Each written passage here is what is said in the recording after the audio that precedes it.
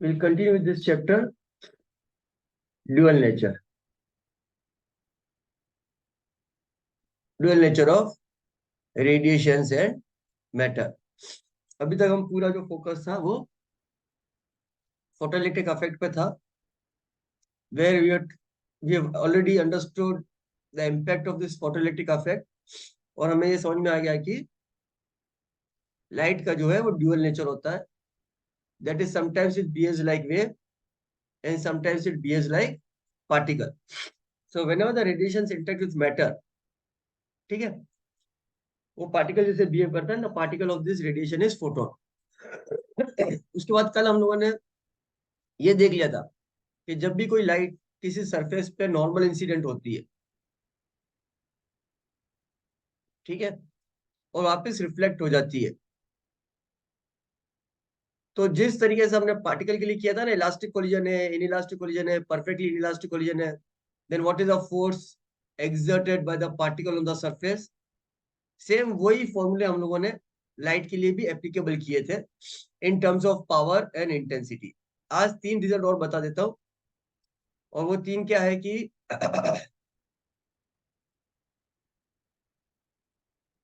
Suppose the source is placed at the centre of a sphere, hemisphere actually. अगर sphere होता तो भी same यही रिजल्ट आता. हेमिस्फीयर है या स्फीयर है, बात तो एक ही है. जिसका इनर सरफेस अगर कंप्लीटली रिफ्लेक्टिंग है और अगर सोर्स का पावर P है, then the force on the hemisphere to the light falling on it is given by F is equal to P by 2C. Okay. अगर ये हेमिस्फीयर है, अगर स्फीयर भी होता तो फर्क नहीं पड़ता.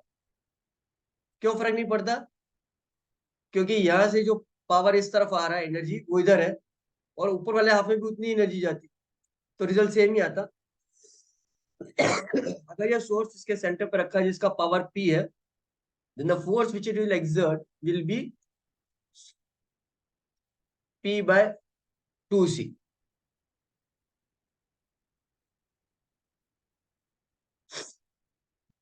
ओके, ये याद कर लो. दूसरा है, अगर जैसे पैरेलल बीम आ रहा है लाइट का, पैरेलल बीम को अपन क्या बोल रहे हैं? Light of large aperture. ठीक है, लाइट ऑफ लार्ज एपरेचर का मतलब है पैरेलल बीम.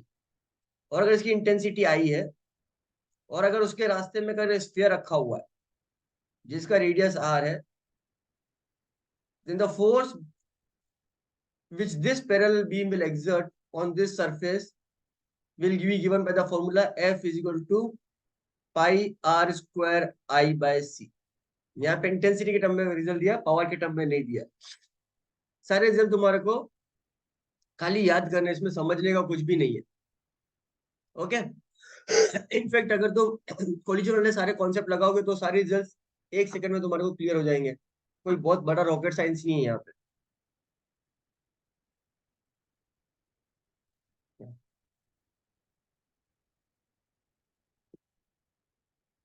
एंड लास्ट, अगर ऐसे नॉर्मल इंसिडेंस ना हो कि एंगल थीटा पे होता है, then also the same result जैसा हम लोगों ने कोलिजन के लिए किया था. अगर परफेक्टली इलास्टिक कोलिजन है, तो अगर एंगल थीटा पे आता है तो एंगल थीटा से बाउंस हो जाता है. Then this P sin theta, P is the momentum, यहाँ पे P मोमेंटम है इसका वाला, वो remains unchanged, and it is P cos theta से आता है, and this P cos theta becomes minus P cos theta. बस उतना फर्क हो जाता है ना. Same thing happens here. The light is perfectly reflected, तो थीटा एंगल से आएगी, तो थीटा एंगल से रिफ्लेक्ट हो जाएगी. तो एफ नेट जो होगा, जो नॉर्मल इंसिडेंट के लिए 2P/c था, क्योंकि नॉर्मल इंसिडेंट में क्या था, थीटा 0 था, तो cos 0 1 था. यहाँ पर अगर एंगल थीटा से आएंगे तो it will be cos theta. That's all. Now what you have to do is, जितने भी रिजल्ट मैंने लिखवाए अभी उन सबको एक पेपर पे उतारो, एक टेबल बनाओ, और अच्छे से याद कर लो. एग्जाम में सीधे एप्लीकेशन ऑफ फॉर्मूला है ये, और कुछ भी नहीं है. ओके. हम लोग इसको डिटेल में डिस्कस कर चुके हैं, so we are done.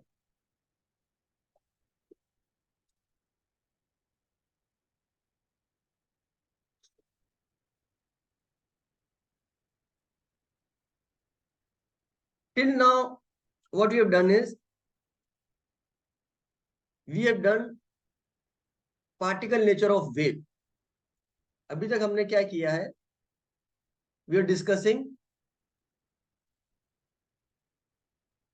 particle nature of wave.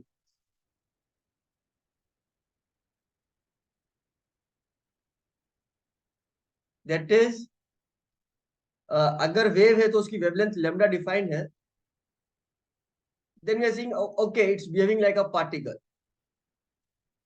तो उसकी काइनेटिक एनर्जी कितनी होगी,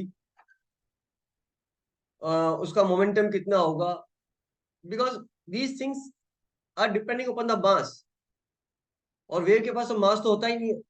सो फिर उसको डिफाइन करेंगे. हमने क्या किया, हमने एक तरीका निकाला कि जो पार्टिकल डिफाइन किया ना, जिसका रेस्ट मास 0 था, और फिर हमने उसके लिए विदाउट यूजिंग मास हमने काइनेटिक एनर्जी मोमेंटम को डिफाइन किया. Momentum is given by p is equal to h by lambda, and energy, not say kinetic energy, energy is given by h nu.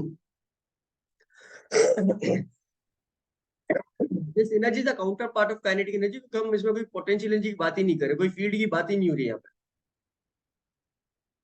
It is simply h nu, because this energy is carried as a bundle by the particle, और particle as a bundle सिर्फ kinetic energy carry करता है, half m v square, but यहाँ पे mass नहीं है, ध्यान रखें. Okay, now we say wave nature of particle. Wave nature of particle. तो what comes into picture is de Broglie wavelength. De Broglie बोलो या डी ब्रोइज बोलो, प्रोनाउंस डी ब्रोय करते हैं. De Broglie wavelength of matter wave. Matter wave मतलब जब particle wave जैसे behave करता है तो उसको मैटर वेव बोलते हैं. And he gave the formula that the wavelength of the matter wave is given by h by p. Remember, this is different from p is equal to h by lambda, क्योंकि यहाँ पे lambda defined है, यहाँ पे lambda defined है, and you are finding p.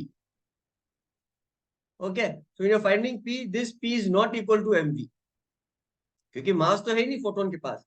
And we are saying lambda is equal to hp. This p is defined. You know this p, which is equal to mv.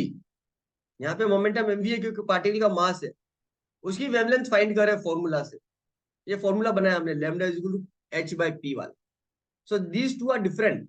देखने में एक जैसा लग रहा है कि लैम्डा को उधर ले जाओ तो h by p हो जाएगा, बट अलग है. उधर लैम्डा जो है वेवलेंथ का होता है फिजिकली, और फिर हम उससे p निकाले, और यहाँ पे पार्टिकल के पास मोमेंटम होता है, उसका मास होता है, उसको यूज करके हम लैम्डा निकाल रहे हैं. तो दोनों सवालों में जमीन आसमान का फर्क है, देखने में एक जैसे लग रहे हैं.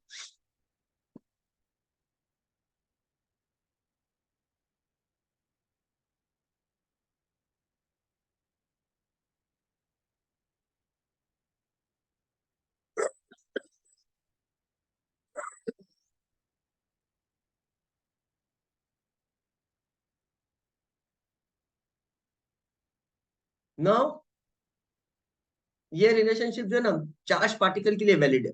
जैसे इलेक्ट्रॉन है, प्रोटॉन है, खास करके इलेक्ट्रॉन जिसका मास बहुत कम होता है, and when we accelerate it with very high voltage या बहुत हाई वेलोसिटी जब वो मूव करता है, it behaves like wave in many. मतलब हम तो वेव जैसे बिहेव नहीं कर सकते. हम अगर वेव जैसे बिहेव करेंगे ना, तो हमारी वेवलेंथ जाएगी ना 10⁻⁻40 के ऑर्डर की आएगी. ये तो इतनी छोटी वेवलेंथ है that you can not measure it, and something which you can not measure it is of no use. Okay, so if the wavelength, अगर किसी पार्टिकल के साथ जो वेवलेंथ एसोसिएट करते हैं, if it's of the order of 10⁻5 और 10⁻9, which can be measured, या -10, जहां तक मेजर कर सकते हो वहां तक अगर वेवलेंथ है तो उसका वेव कैरेक्टरिस्टिक स्टडी किया जा सकता है. अगर वेवलेंथ इतनी छोटी हो जाए कि उसका वेव कैरेक्टरिस्टिक स्टडी ना किया जा सके, तो वो वेव हुई नहीं. Okay,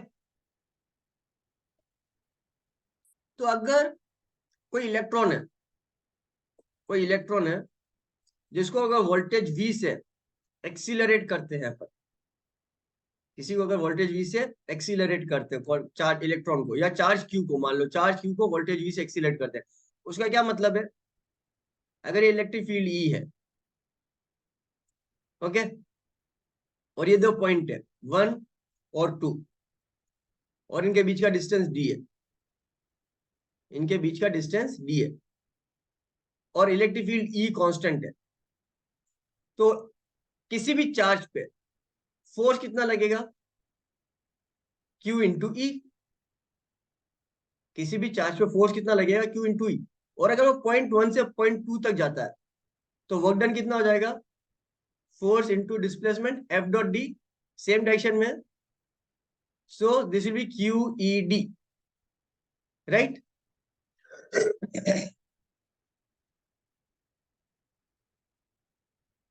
And uh, we know that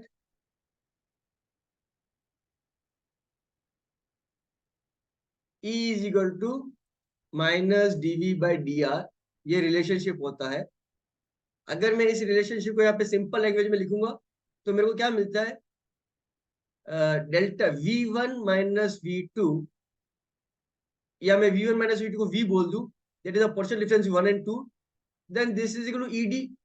ये सिंपल सा रिलेशनशिप यहाँ पे मिल जाता है, बिकॉज यहाँ पे तो E कांस्टेंट है, यहाँ पे E कांस्टेंट है, तो इलेक्ट्रिक सिंपल रिलेशनशिप आता है v इज इक्वल ed। तो अगर अपन ed को v लिख ले तो this is what? q into v, work done. That means when ever the charge particle is moving in electric field between the 2 points whose potential difference is v, we say that the charge particle is accelerated by potential difference v. We say that the charge particle is accelerated by the potential difference v. समझ में आ गया? तो charge particle work done कितना हुआ? qv, and this work done is what? This work done is equal to change in its kinetic energy. तो अगर यहाँ पे u 0 था और यहाँ पे वेलोसिटी v आ गई, then this is equal to half mv square.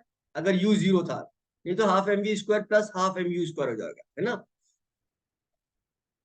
तो ये उसके पास काइनेटिक एनर्जी आ गई, half mv square, when it is accelerated with the potential difference v। ये v कैपिटल V जैसे लिख रहा हूँ, ये स्मॉल v जैसे लिख रहा हूँ, डिफरेंशिएट करने के लिए कि capital V stands for potential difference and small v stands for velocity, confuse मत कर जाना। ओके, सो अगर चार्ज पार्टिकल q को पोटेंशियल डिफरेंस v से एक्सीलरेट करते हैं तो उसकी काइनेटिक कितनी हो जाएगी? Half mv square. So q multiplied by v is equal to half mv square, that is kinetic energy, which is equal to m square v square upon 2m, which is equal to p square upon 2m। तो p क्या हो जाएगा? p is equal to square root of 2mq into v। एक standard result आ गया। किसी भी charge particle q को अगर पोटेंशियल डिफरेंस v से एक्सीलरेट करोगे तो उसका जो मोमेंटम है, this p stands for momentum, हाँ मोमेंटम है, mv मोमेंटम है, P stands for momentum. Confuse मत करना, क्योंकि कभी कभी P पावर के लिए आ रहा है, कभी P मोमेंटम के लिए आ रहा है, कभी P प्रेशर के लिए आ रहा है। तो हर जगह P मालूम होना चाहिए कि P क्या है। This P stands for momentum. तो लैम्डा का फॉर्मूला क्या हो जाएगा हमारे पास? Lambda is equal to h upon square root of 2mqv। क्या गया हमारे पास? Lambda is equal to h upon square root of 2mqv। लेकिन मैंने क्या बोला था, ये ज्यादातर किसके काम में आ रहा है? जब हम इलेक्ट्रॉन को एक्सीलरेट कर रहे हैं। अगर मैं इलेक्ट्रॉन की बात करूंगा तो मास ऑफ द इलेक्ट्रॉन तो मालूम है हमारे को, चार्ज ऑफ द इलेक्ट्रॉन भी मालूम है हमारे को, एच भी कांस्टेंट है। तो अगर हम H, mass of the electron, charge of the electron को सब्सटीट्यूट कर दे तो हमारे पास लेमडा की वैल्यू आ जाएगी 1.227 upon square root of v nanometre. 1.227 upon square root of v nanometre. Nanometre में आंसर आएगा।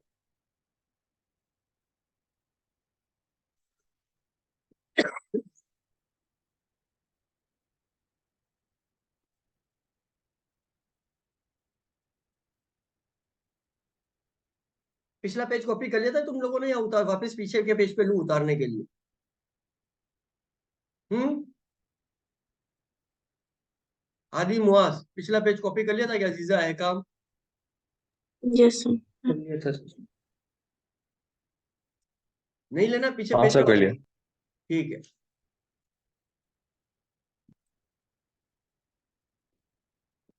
तो इस चैप्टर में मेरे पास दो कांस्टेंट नंबर आए जो मेरे को याद रखने हैं। पहला नंबर आया था 12400, right. E is equal to 12400 by lambda. तो इससे HC की जो वैल्यू थी वो मैंने क्या बोली बेसिकली, 12400 इलेक्ट्रॉन वोल्ट एंगस्ट्रॉम। यानी ये वेवलेंथ किस में दे रखी है, एंगस्ट्रॉम में दे रखी है। और अगर तुम्हारे पास वेवलेंथ एंगस्ट्रॉम में दे रखी है, मान लो कि वेवलेंथ दे रखी है 8 एंगस्ट्रॉम, दैट इज 8 × 10⁻⁻10 मीटर, तो तुम सीधा 8 लोगे और एनर्जी आ जाएगी 12400 करोगे सीधा, उसको मीटर में कन्वर्ट नहीं करोगे। और ये जो नंबर आएगा ये सीधा सीधा इलेक्ट्रॉन वोल्ट में आ जाएगा, सीधा सीधा इलेक्ट्रॉन वोल्ट में आ जाएगा। तो हमारे को बार बार कैलकुलेशन करने की जरूरत ही नहीं। उसी तरह से अभी जो हमने निकाला 1.227, ये किससे आया, H upon square root of twice of mass of electron into charge of electron, 1.227 nanometre में आया ये। तो इसको सीधा सीधा खाली वोल्टेज लिख लो कि कितने वोल्टेज से एक्सीलेट किया, 10 वोल्ट से एक्सीलेट किया, 1000 वोल्ट से एक्सीलेट किया। Lambda will directly come out to be in terms of nanometre, सीधा नैनोमीटर में वेवलेंथ आ जाएगी। तो हमारे लिए क्या हो रहा है कि यहाँ पे कुछ ऐसे नंबर दे दिए, क्योंकि ये एक्सपेरिमेंट होते हैं तो बार बार ये कैलकुलेशन करने की जरूरत नहीं है। तो रिमेंबर दीज टू नंबर्स। अभी जब शीट करोगे तो कैलकुलेशन के लिए बार बार इनको यूज करना पड़ेगा तुम्हारे।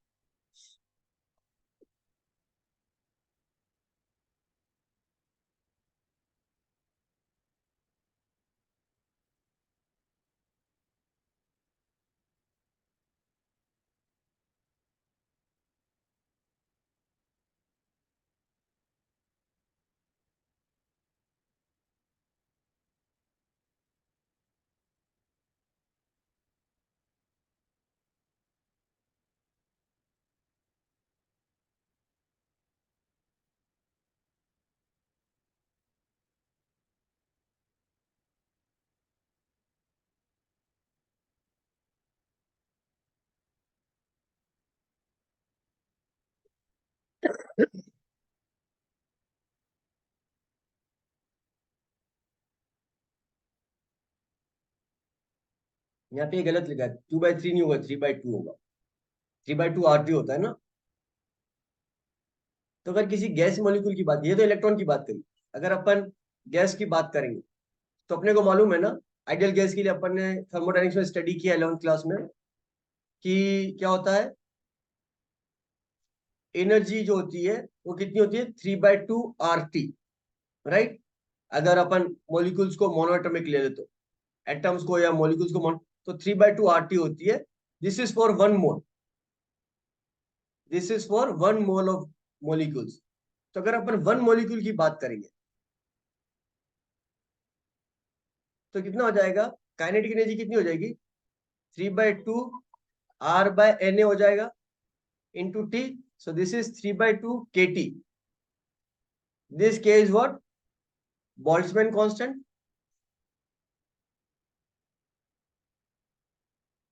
This K is what, Boltzmann constant, याद रखो।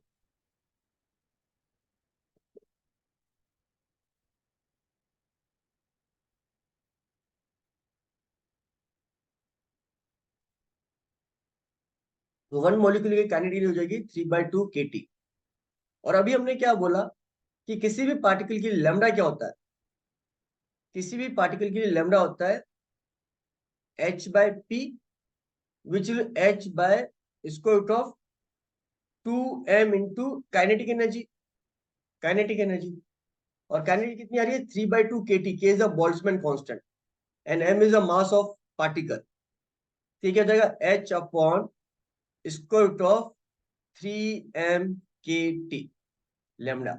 तो कोई भी अगर तुम्हारे को मॉलिक्यूल या एटम का गैसीय सिस्टम में वेवलेंथ निकालने को बोला, अगर, क्योंकि यहाँ पे भी जो एयर में जो मॉलिक्यूल्स है, एटम्स है, they are randomly moving with very high speed of approximately 10⁻⁶ metre पर सेकंड। तो उनका भी एक वेव नेचर होता है.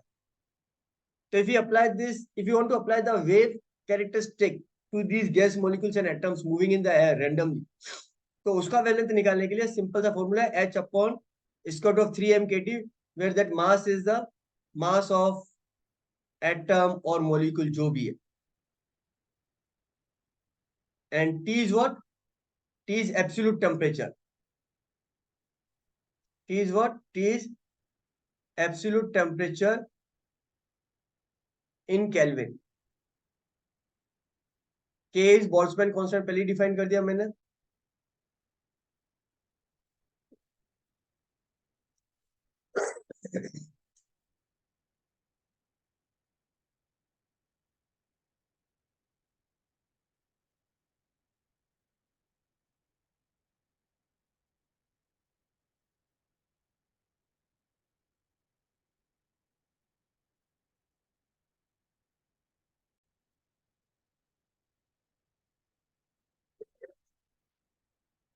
Okay, if you want to find out the intensity due to a point source at a distance r, तो अगर ये पॉइंट सोर्स है जिसका पावर p है, पावर p मतलब एनर्जी पर यूनिट टाइम, तो अगर एट अ डिस्टेंस r अपन बोलेंगे इंटेंसिटी क्या है, तो वी नो कि ये जो पावर है इसका, इसकी जो एनर्जी निकल रही है वो स्पेस में चारों तरफ फैलेगी.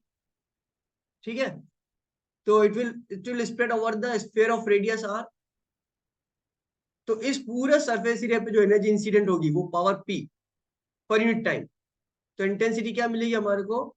Power divided by area, so 4 pi r square. Intensity is defined as power divided by 4 pi r square. Okay, यहाँ पे जो p जो है, this p is power of the source.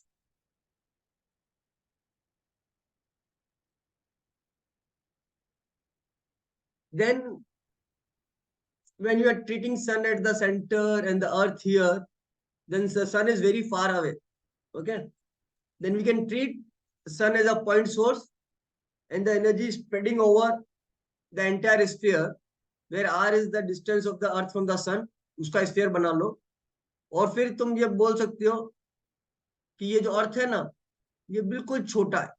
Okay, then you can see that how much intensity is falling on this surface of the earth. और फिर हम उससे निकाल सकते हैं कि टोटल एनर्जी हम लोग कितनी रिसीव कर रहे हैं. ध्यान रखिए ना, जो पार्ट ऑफ द अर्थ सन को फेस कर रहा है वो एनर्जी रिसीव करेगा, क्योंकि दूसरा पार्ट तो डार्क है, यहाँ पे तो एनर्जी आएगी नहीं. तो एक हाफ ऑफ द अर्थ का सरफेस ही एनर्जी को रिसीव करेगा. Then you can find out what is the total energy falling on और total intensity on the surface of the earth. और फिर तुम ये भी निकाल सकते हो कि कितनी एनर्जी हम लोग रिसीव कर रहे हैं. ओके, सो दिस इज, मतलब सवाल कर सकते हो इसके ऐसे, बहुत इजी क्वेश्चंस बनते हैं. Okay,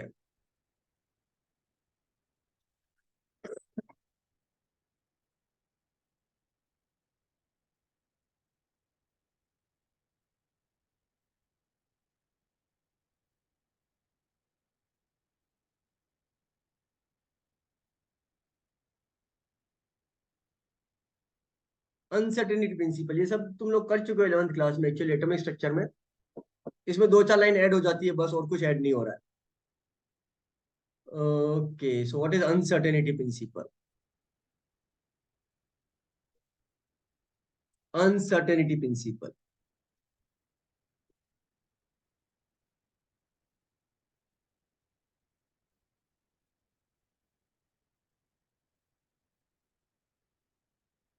uncertainty principle says that for small particles which are moving with a large velocity, हमारे लिए मतलब फाइनाइट साइज मास वाले पार्टिकल के लिए अनसर्टेनिटी प्रिंसिपल की उतनी कोई वो वैल्यू नहीं है. ओके, बट जो electrons, protons, neutrons high velocity से मूव करते हैं, तो वहां पे अनसर्टेनिटी प्रिंसिपल की बहुत ज्यादा वो हो जाती है. इट सेज दैट अगर किसी पार्टिकल की पोजीशन x है और उसका मोमेंटम p है, ये x उसकी पोजीशन है, या r हो सकता है अगर 3D में तो, और p उसका मोमेंटम है, then you cannot find both position and momentum with 100% accuracy. इसका इस प्रिंसिपल का क्या मतलब है? इस प्रिंसिपल मतलब है we cannot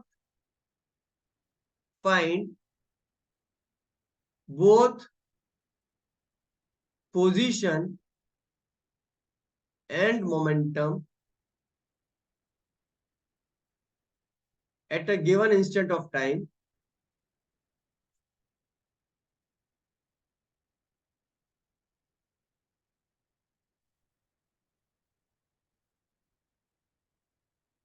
with 100% accuracy. Okay. So अगर ये है, then what is inaccuracy? कितना कितना कितना error हो सकता है? Then it says that if delta x is uncertainty, that is error in the position of the particle. Uncertainty बोलते हैं यहाँ पे. That is error in measurement of position. And if P is uncertainty into momentum, uncertainty, that is error in the measurement of momentum, delta P, so not P, delta P is uncertainty in measurement of momentum, यानी error है उसमें.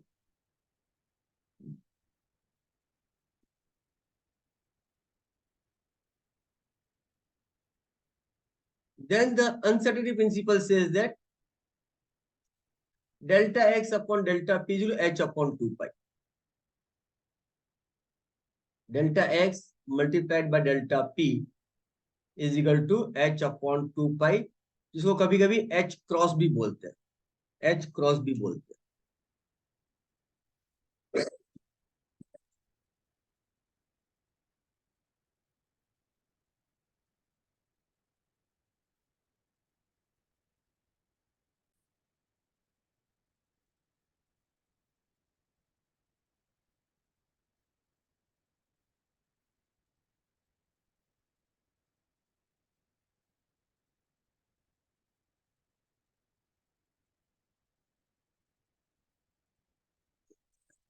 Okay.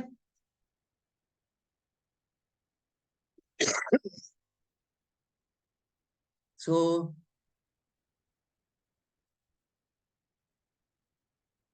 okay, we'll over the class here only, and we'll continue tomorrow from here.